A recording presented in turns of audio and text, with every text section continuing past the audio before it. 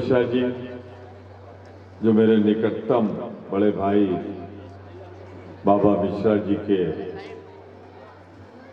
बेटे हैं, परिवार के सदस्य हैं।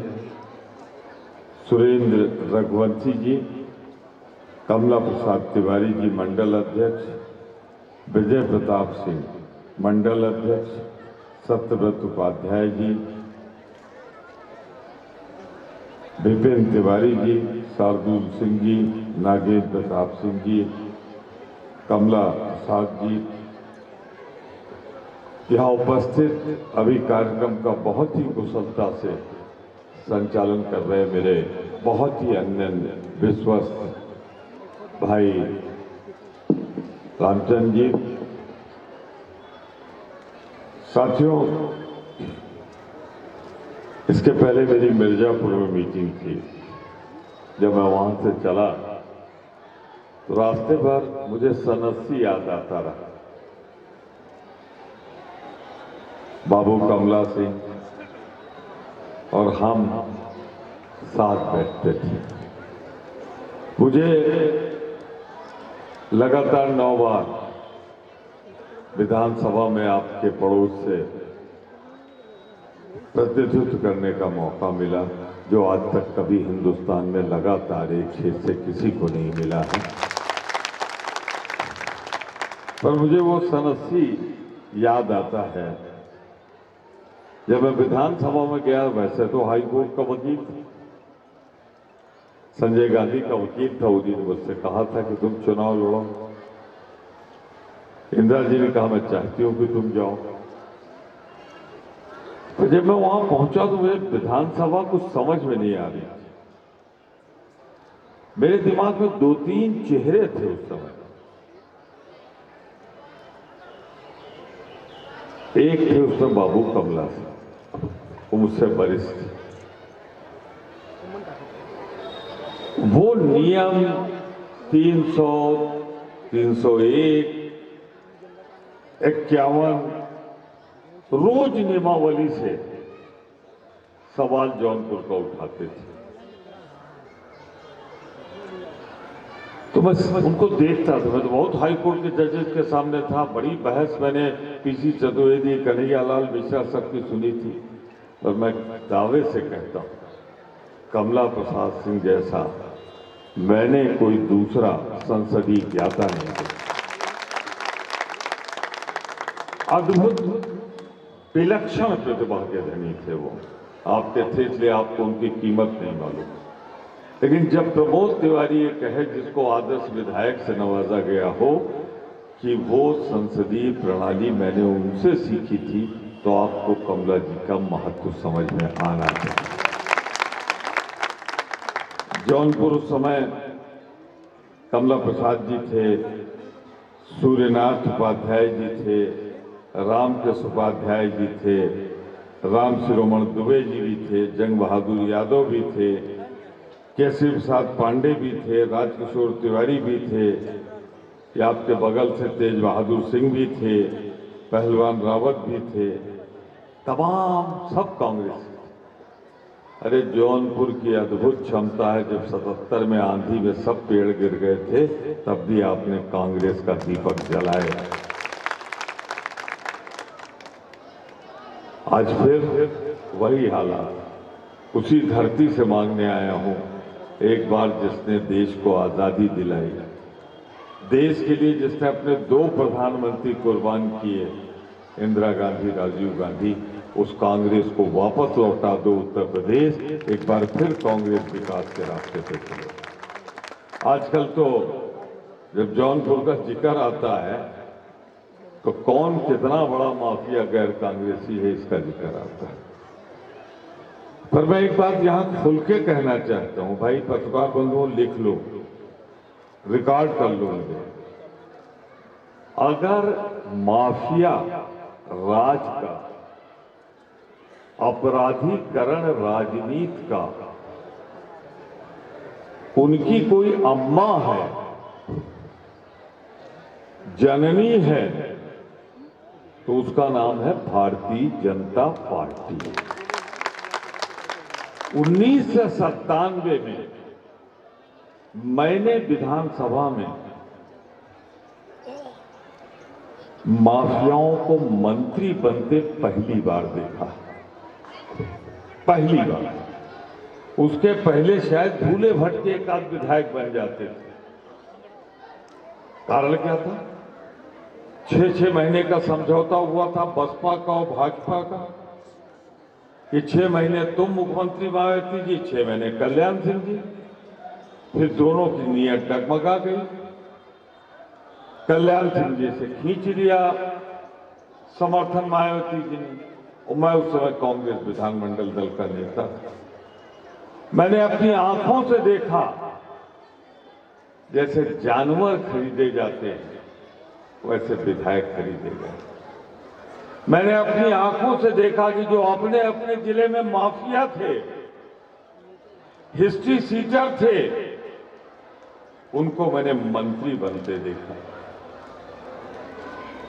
तो मैं इसीलिए कहता हूं, दुनिया में कोई बात करे, नए लोगों को समझा लेना, प्रमोद तिवारी के सामने मत बात करना, हम तुम्हारे छठी का हाल जानते हैं।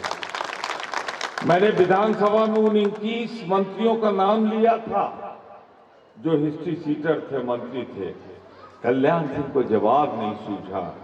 हमारे भाई राजनाथ सिंह ने उस समय क्या कहा मालूम है आपको?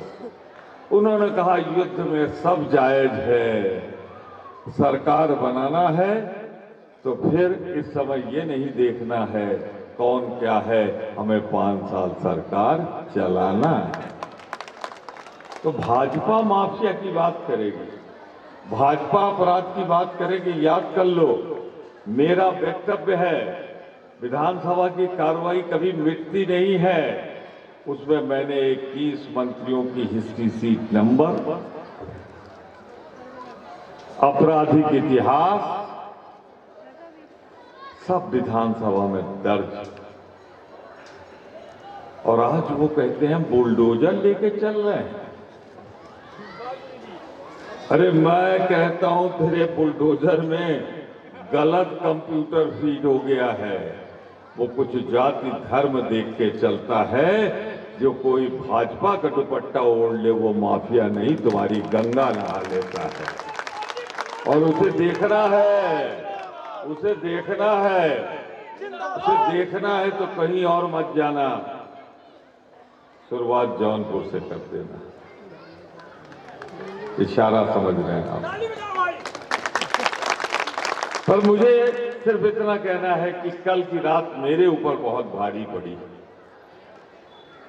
सो नहीं पाया साइड रात।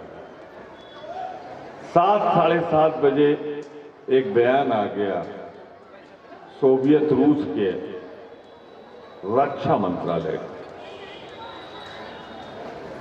उन्होंने कहा कि यूक्रेन और सोवियत रूस के बीच में भारत के पढ़ने गए गरीब मेधावी छात्रों को बंधक बनाकर खड़ा कर दिया गया है। युद्ध में भारत मां के लाडले जो यूक्रेन एमबीबीएस करने गए थे, वो बंधक बनाकर सेनाओं के बीच में खड़े कर दिए गए।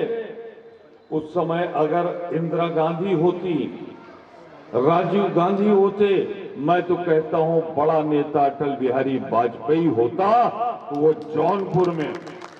जौनपुर में विधानसभा का चुनाव प्रचार नहीं कर रहा होता, वो प्रधानमंत्री मास्को में बैठा होता और अपने बच्चों को छोड़ा रहा होता। बात मेरी कड़ी है, कड़वी है, पर कहता हूं छाती ठोक के, सत्ता कभी उनको मत देना जो लाऔलाद होते हैं, जो परिवार चलाना नहीं जानते हैं। ये क्या जाने बेटों का और बेटियों का दर्द, ये क्या जाने परिवार को समझ के। यूक्रेन कोई रईसों के बच्चे नहीं पढ़ने गए थे, वहां तो 25 लाख में एक जाने का आने का खर्चा हो जाता है और एमबीबीएस हो जाता है। तो गरीब और मध्यम श्रेणी के उत्तर प्रदेश के और बिहार के बच्चे गए थे। वार एक प्रधानमंत्री, मैंने आप जैसा निष्ठुर, निर्दयी और बुजदिल प्रधानमंत्री नहीं देखा है कि तेरे बच्चे मारे जा रहे हैं वहां और तू जौनपुर में चुनाव प्रचार कर। काश अपनी गोद में कभी अपना बेटा या बेटी खिलाया होता तो ऐसा न करता। मैं आपसे बहुत विनम्रता पूर्वक कहना चाहता हूं, कल इंटरव्यू आ रहा था पर रात भर जग के देखता रहा 1-1.5 बजे तक।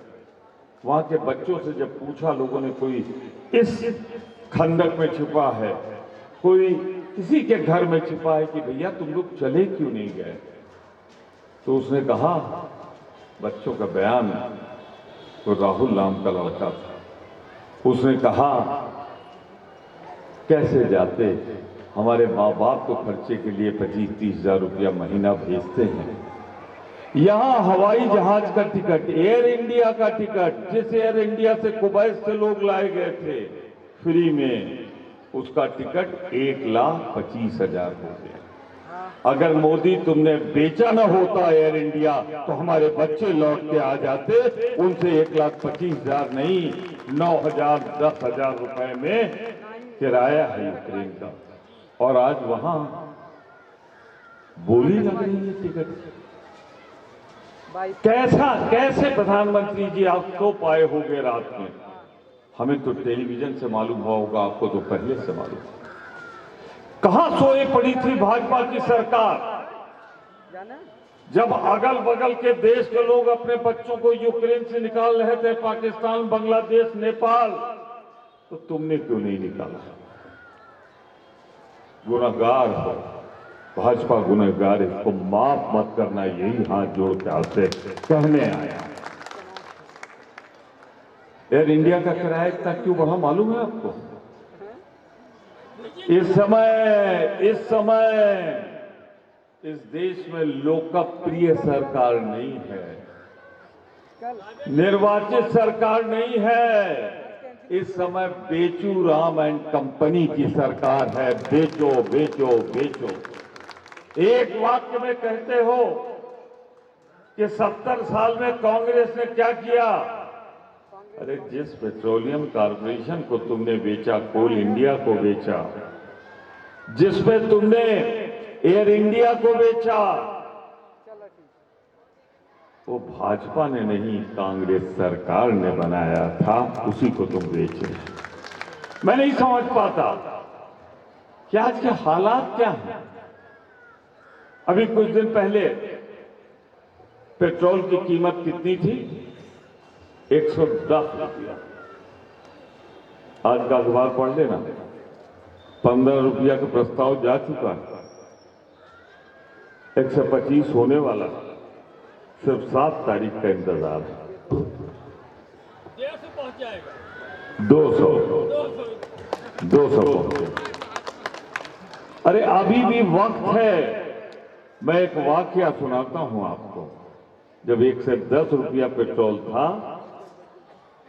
तो उस समय हिमाचल और राजस्थान में 6 विधानसभा सीटों पे उपचुनाव हुए और 6 के 6 विधानसभा भाजपा हार गई।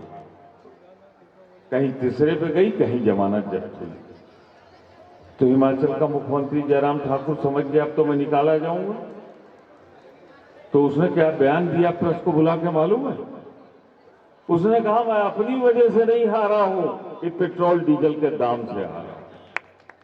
जनता नाराज। 3 दिन के अंदर 10 रुपया कम हो गया। प्रतापगढ़ का रहने वाला हूं, आपका पड़ोसी हूं, आपको फार्मूला देता हूं। अगर 6 सीट हराने पे भाजपा को 10 रुपया कम हो रहा है तो उत्तर प्रदेश हरा दो, इकट्ठे 30-35 रुपया कम हो जाएगा। ये मैं आपको राय देता हूं। ब्राह्मण हूं, मेरा काम राय देना है, मानना न मानना आपका काम। कारण क्या होगा तब कारण ये होगा कि मोदी कहेगा कि योगी तो गया बड़ा अच्छा हुआ, इसकी नजर दिल्ली पे थी, अब अपने को बचाओ 22-24 में, तो पेट्रोल का दाम घटा देगा। और अगर कहीं जिता दिया तो कहेगा ये उत्तर प्रदेश वाले चाहे जितना दाम बढ़ाओ, इनको बेवकूफ बनाओ और सरकार बनाओ, दाम बढ़ता जाएगा। कम करने का फार्मूला हमने आपको बता दिया। आप उत्तर प्रदेश के अगर निवासी हो तो याद रखना, इस समय 4 गुजराती हैं, 2 देश की सरकार चला रहे हैं। एक का नाम है नरेंद्र मोदी, दूसरे का नाम है अमित शाह। 2 सरकार चला रहे हैं, वो 2 देश को लूट रहे हैं गुजराती। एक का नाम है अंबानी और दूसरे का नाम है। कब तक लूटोगे उत्तर प्रदेश वालों? पहले हिंदुस्तान आप चलाते थे, कहां फंस गए इनके चक्कर में? एक बार उत्तर प्रदेश का नेतृत्व लाओ, प्रियंका गांधी के नेतृत्व में, इंदिरा गांधी के पोती के नेतृत्व में लौट कर आओ। मैं आपसे कहना चाहता हूं, पेट्रोल डीजल का दाम तो मैंने बताया, पर जरा आप बताओ, हमारे जमाने में तो 300 रुपया में था गैस सिलेंडर। मोदी ने क्या किया? एक उज्ज्वला का चूल्हा पकड़ा दिया 2018-2019 में। जैसे वो गोमती नदी के किनारे ना आपके यहां बहती है, ये मछली मारने वाले बैठे रहते हैं, तो एक कटिया में केचुआ लगा देते, फेंका, केचुआ खाने मछली आई गई। वैसे आपको भी फंसाया मोदी ने। गरीब लोगों को उसने दिया चूल्हा 500 रुपया का फ्री, 300 रुपया का सिलेंडर 800 फ्री में दिया, और दाम बढ़ा के 10,000 कर दिया। अगर 4 सिलेंडर खरीद लो तो 4000 हुआ कि नहीं हुआ? 700 दूनी 4 गुना 2800, 500 दिया, 2800 लिया, फंस गए हम आप। आज गरीब के घर में सिलेंडर भराया नहीं जा रहा है, बट टांग के रख दिया गया है। प्रियंका गांधी का वादा है, हमारी सरकार बनाओ, साल भर में 4 सिलेंडर मुफ्त पाओ। ये प्रियंका गांधी का वादा, ये वादा है प्रियंका गांधी का कि अगर हमारी सरकार बनेगी तो हम 10 से 11वां दिन नहीं होगा, हम किसानों का कर्जा पूरा का पूरा माफ करेंगे। भाजपा वाले कहते कैसे करोगे? बताऊं कैसे करूंगा? जैसे 2009 में मनमोहन सिंह ने 78,000 करोड़ किसानों का कर्जा माफ किया था, वैसे ही माफ करेंगे। जैसे छत्तीसगढ़ में दूसरे दिन का सूरज नहीं निकला, किसानों का कर्जा हमने माफ किया, वैसे। पर मैं जरूर कहना चाहूंगा आपसे कि महंगाई अपनी जगह, ये अपनी जगह, लेकिन हम नहीं जानते भाई जौनपुर में कोई खास फार्मूला हो तो। हमारे प्रतापगढ़ में तो रात में किसान चाहे जाड़ा हो चाहे पानी बरस रहा हो, घर में नहीं सोता, लिए लाठी खेत ताक रहा। सही कह रहा हूं या गलत कह रहा हूं बताइए? और सब हालत ये है कि अगर एक रात घर में झपकी आ जाए तो सुबह योगी जी और मोदी जी जरा मिलता। पर जरा आपसे पूछना चाहता हूं, याद करके बताओ, इतनी सरकारें आई गई, कांग्रेस की 9-9, 10-10 सरकार रही, कभी छुट्टा जानवर इतना देखा था? अगर किसी के खेत में चला जाए तो काजी हाउस पहुंचा देता था, पहुंचाओ, कटीले तार लगाओ, लाठी लेके ताको। अरे उसका भी फार्मूला बता दे रहा है ये ब्राह्मण पड़ोसी, मान जाओ, अगर इन्होंने तुम्हारा खेत चराया है तो 7 तारीख को भाजपा का खेत भी चढ़ लो 2 महीने के अंदर। हमारा वादा है कि छुट्टा जानवर से मुक्ति मिल जाएगी। आप पूछोगे कैसे? मेरी बेटी विधायक भी है, दल की नेता भी, तो आदत तो जाती नहीं। जब बजट आता है तो मैं पढ़ता हूं, उसे बताता भी हूं कि ये बोलो। जब मैं उसमें देखता हूं तो अरबों खरबों का बजट भूसा, चूनी के लिए है खरबों का बजट। लेकिन ये खरबों का भूसा चारा गैया माता के पेट में नहीं जा रहा है, ये जो नए नए भाजपा के दलाल हैं इनके पेट में जा रहा है। भाजपा का दलाल मोटा हो रहा है और गैया माई दुबली हो रही है। ये कहानी है। और चलो और सरकार उनसे, जिस देश का गृह मंत्री ये बोले कि बच्चों 12वीं पास कर लो, इंटर में जाओगे तो हम तुमको कंप्यूटर देंगे। जिस देश का प्रधानमंत्री एमए पहले कर लेता है, बीए बाद में करे। जिस देश की शिक्षा मंत्री डिग्री अपनी ढूंढे, आज तक उसको अपनी डिग्री अपने घर में न मिले, वो सरकार चलाएंगे तो खेत चला जाएगा, देश चला जाएगा। भारत माता को बचा लो, ये हाथ जोड़कर कहने आया हुआ।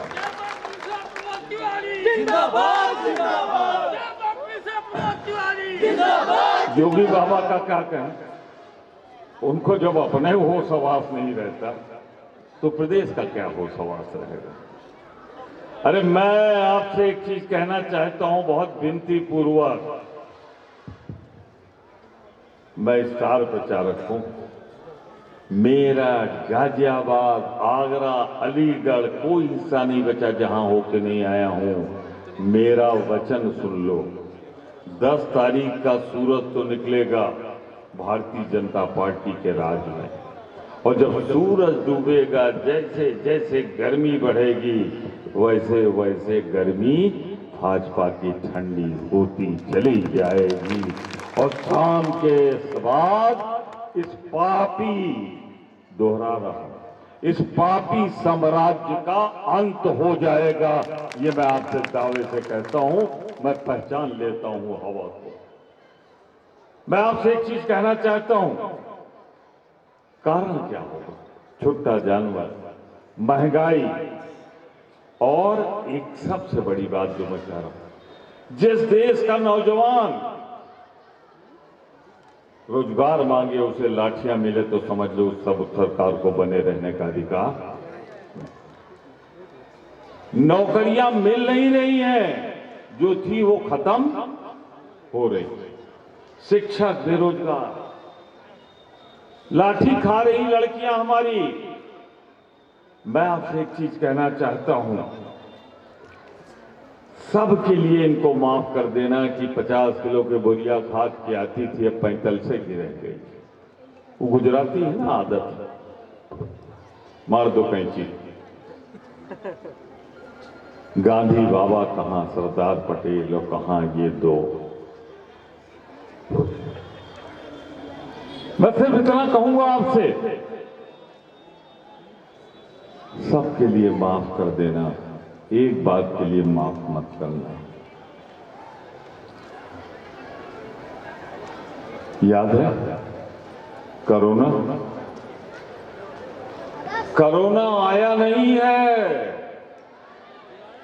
कोरोना लाया गया है, लाया है।